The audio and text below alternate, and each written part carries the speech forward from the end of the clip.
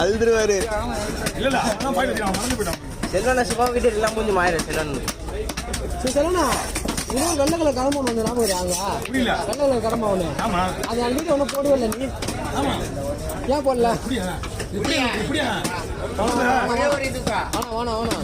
வெளியே கொடுத்து வெட்டிக்கலாம். சரியா?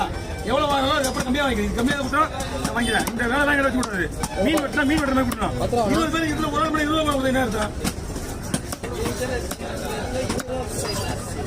மீன் வெட்டுறது 20 ரூபாய் யாருக்கு மீன் வெட்டலன்னு அர்த்தம். புரியுதா?